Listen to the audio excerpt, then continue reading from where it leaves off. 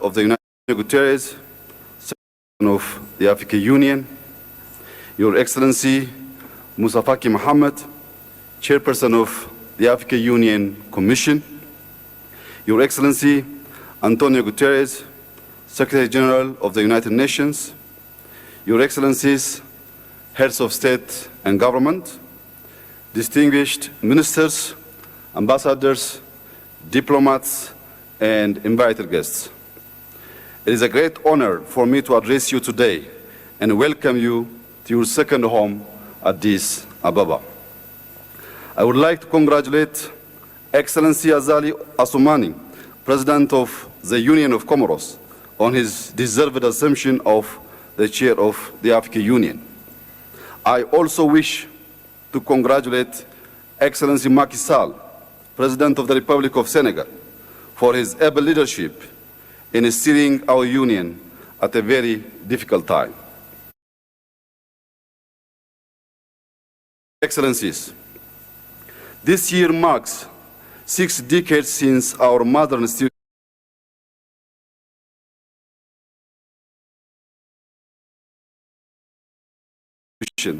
the Organization of African Unity, was established. 60 years ago, our leaders gathered in this very city to chart a new path for all of us towards sovereign equality, Pan-African unity, and economic solidarity. As I stand before you, I pay tribute to those foresighted founding fathers whose vision of African unity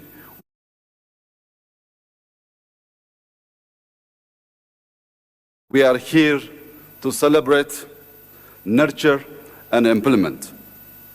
In our efforts to realize the vision, we have accomplished significant,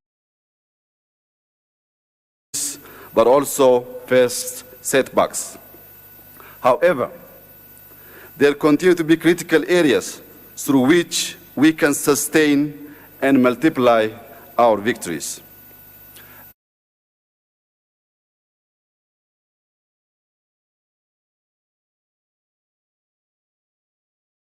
Excellencies, when I stood before you last year on this same occasion, Ethiopia was just coming out of a costly conflict.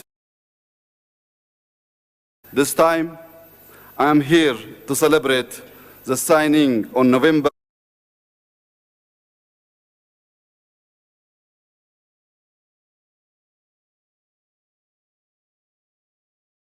2nd, 2022, of the Pretoria Peace Accord between the Ethiopian government and the TPLF, which has led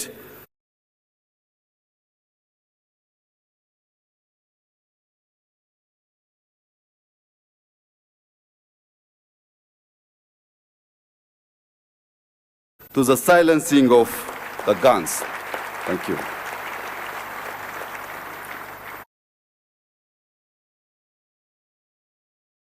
Thank you. Ethiopia is where it is today in no small part because of the tireless efforts of the African Union and the wisdom of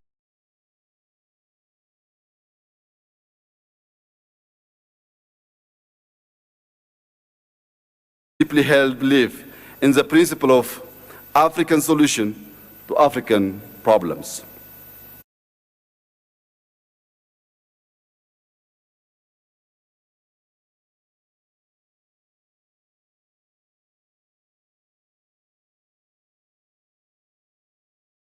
One of the earliest and most powerful expression of this principle comes from the opening statement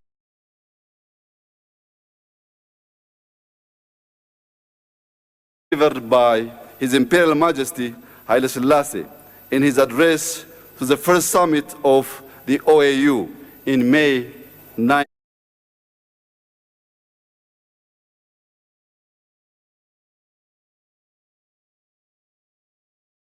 1963.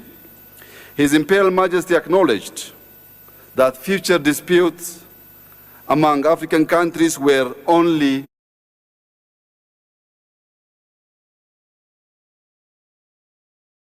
natural. But he also advised that when disputes arise,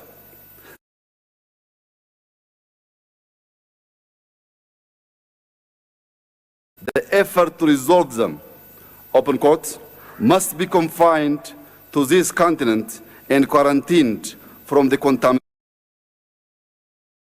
of non-African interference, close quote. Today,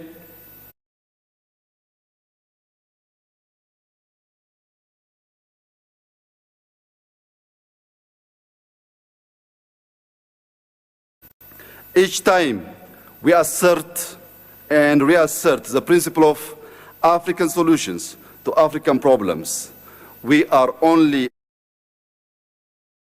the timeless wisdom of our forefathers for the resolution of contemporary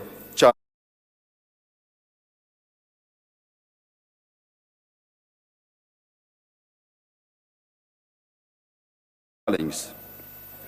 At the heart of the principle of African solution to African problems lies a belief in African solidarity, African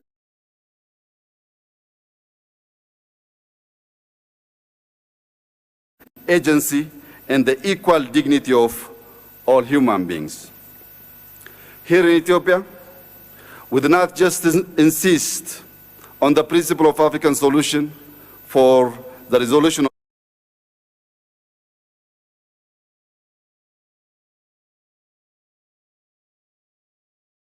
of our problems.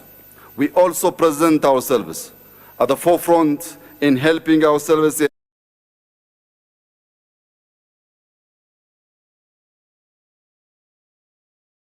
and fellow African countries to resolve challenges.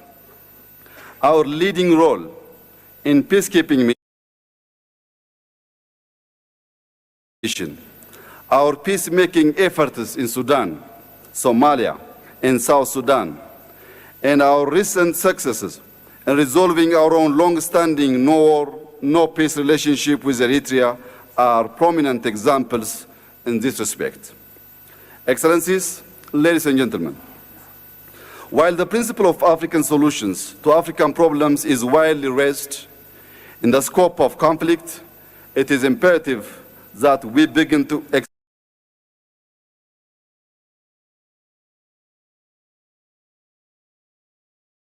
extend this principle to a wide range of peace and security issues.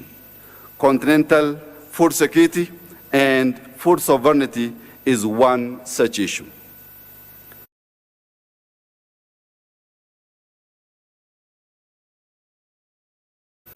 Our continent is not only well able to feed itself, but can become a bread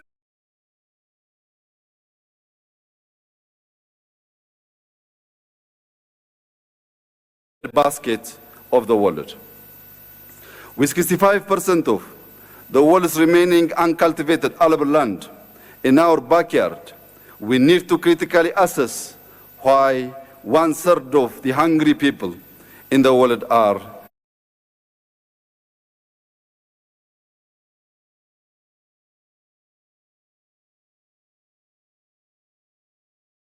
in our continent. In Ethiopia, we have been working diligently to enhance agricultural productivity in the past 4 years. We have commenced an initiative that encourages smallholder farmers to farm in clusters that enable them to benefit from irrigation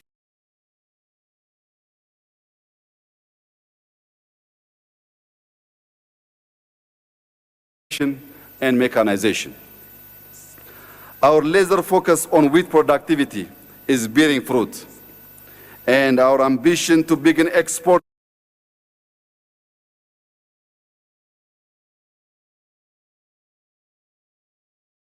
wheat this year has already materialized. A great achievement for Ethiopia and an even great achievement for our continent. Ethiopia is also undertaking massive campaign to encourage both large and small-scale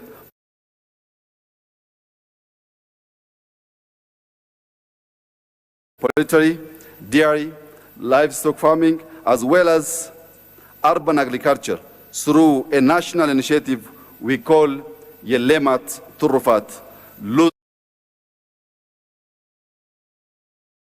translated as bounty of the basket. These efforts are showing promising results. Not only will Ethiopia feed itself, we are confident that we can strongly contribute to global food supply through export and otherwise. The 2023 Dakar Declaration on Food Sovereignty and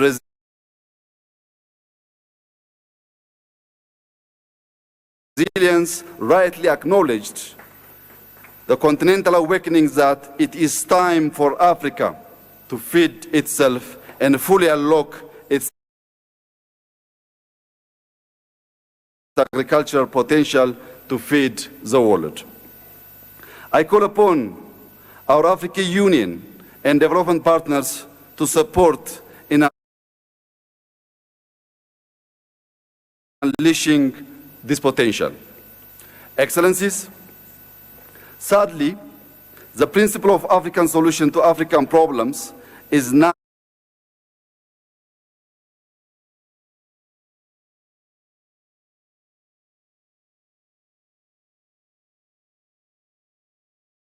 a silver bullet to address all our challenges, because not all our problems are the products of our own making.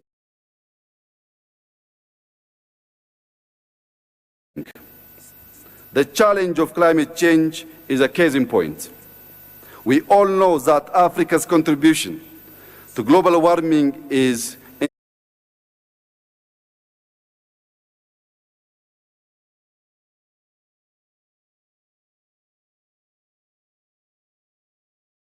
insignificant. Yet climate change is already affecting Africa more severely than any other part of the world. To this extent, climate change is an African problem, but its roots lies elsewhere. Global meetings on climate change are rich with the rhetoric of climate justice, the just transition, common but differentiated responsibilities of parties. These talks, however, are hardly ever backed up with action. And Africa cannot wait. Ethiopia is definitely not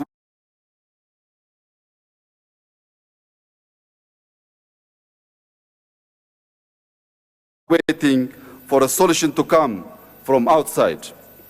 Instead, we are doing all we can to contribute to climate change mitigation and adaptation. Over the past 4 years, Ethiopia's contribution through our National Green Legacy Initiative has mobilized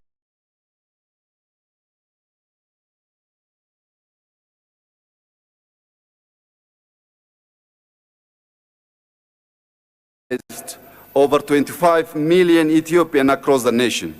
Collectively, we have now planted well over 25 billion trees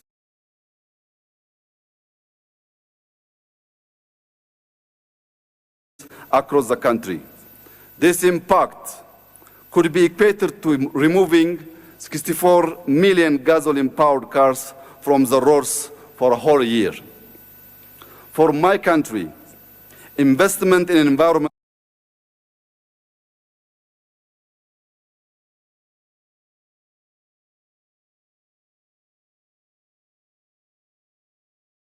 protection is not a charity.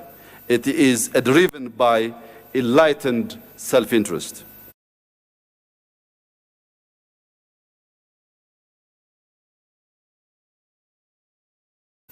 For us in Ethiopia, environmental protection is about everything we are as a society. It is about our ability to feed ourselves. It's about our ability to conserve water and other precious resources. It is about our ability to preserve peace between adjoining communities. It is about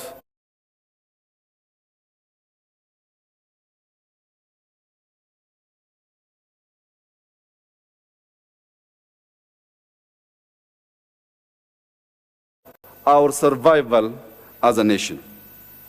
Excellencies, ladies and gentlemen, while Ethiopia's economy has been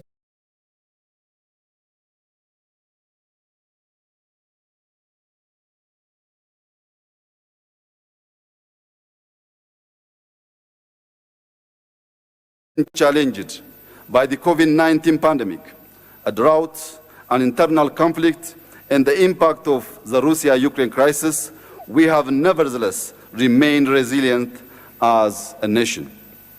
Our homegrown economic reform program has also helped us to persevere. Through this reform program,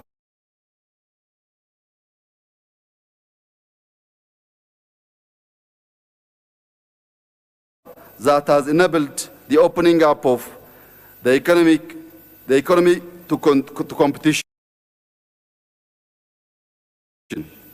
Some of the major service sectors that have been closed to foreign investment for several decades, such as telecom and finance, are being progressively opened. We know the COVID-19 pandemic and the current global commodity shortage hurts public finance everywhere. Forced to spend on tackling the pandemic,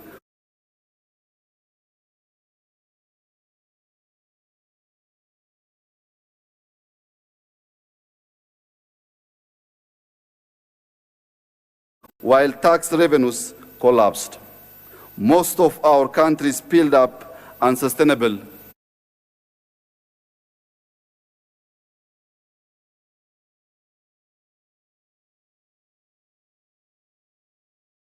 debt.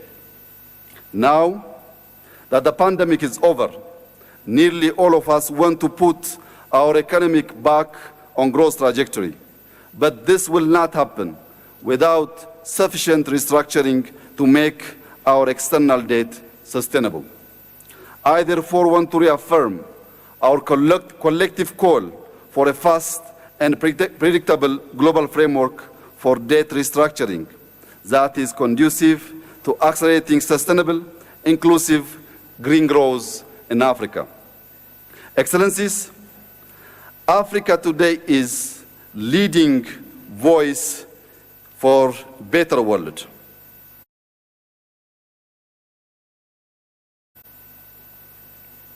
Africa are increasingly resolving their differences by peaceful means. The African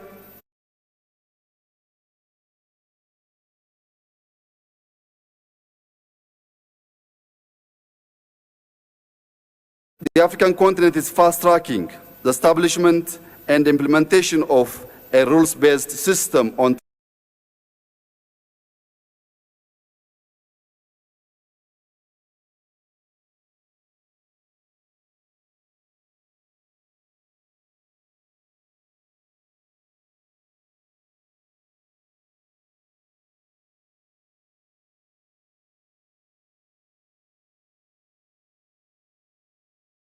trade governance that promises to create the world's largest free trade area.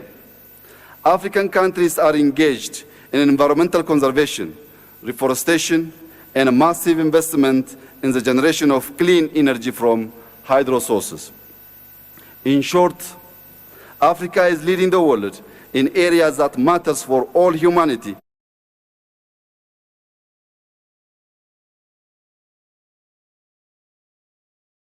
And it is time for Africa's leadership role to be recognized and institutionalized. I would like to use this opportunity to lend my voice yet again for Africa to be represented on the UN Security Council with at least one permanent seat and double non-permanent seats. Thank you. Moreover, Africa also needs to have proportionate representation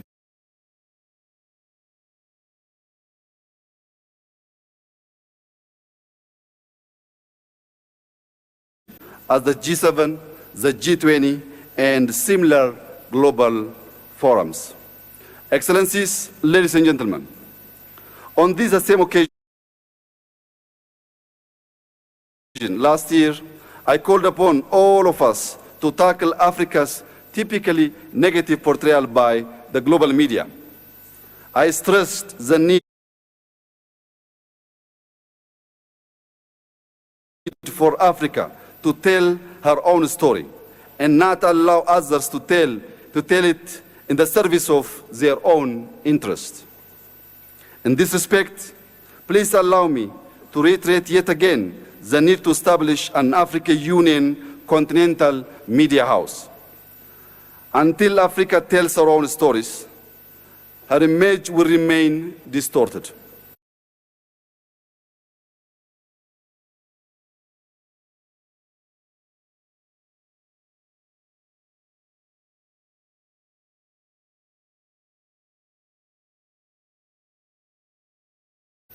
A distortion that affects not just how others view us, but also how we view ourselves.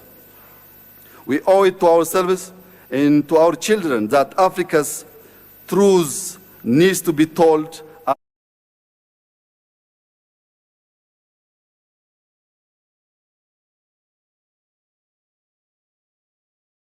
they are, untainted with external interest and biases. Excellencies, let me conclude by thanking you once again for standing with Ethiopia in our time of need. Ethiopia and Ethiopians are appreciative of the Pan-African solidarity that was on display in those difficult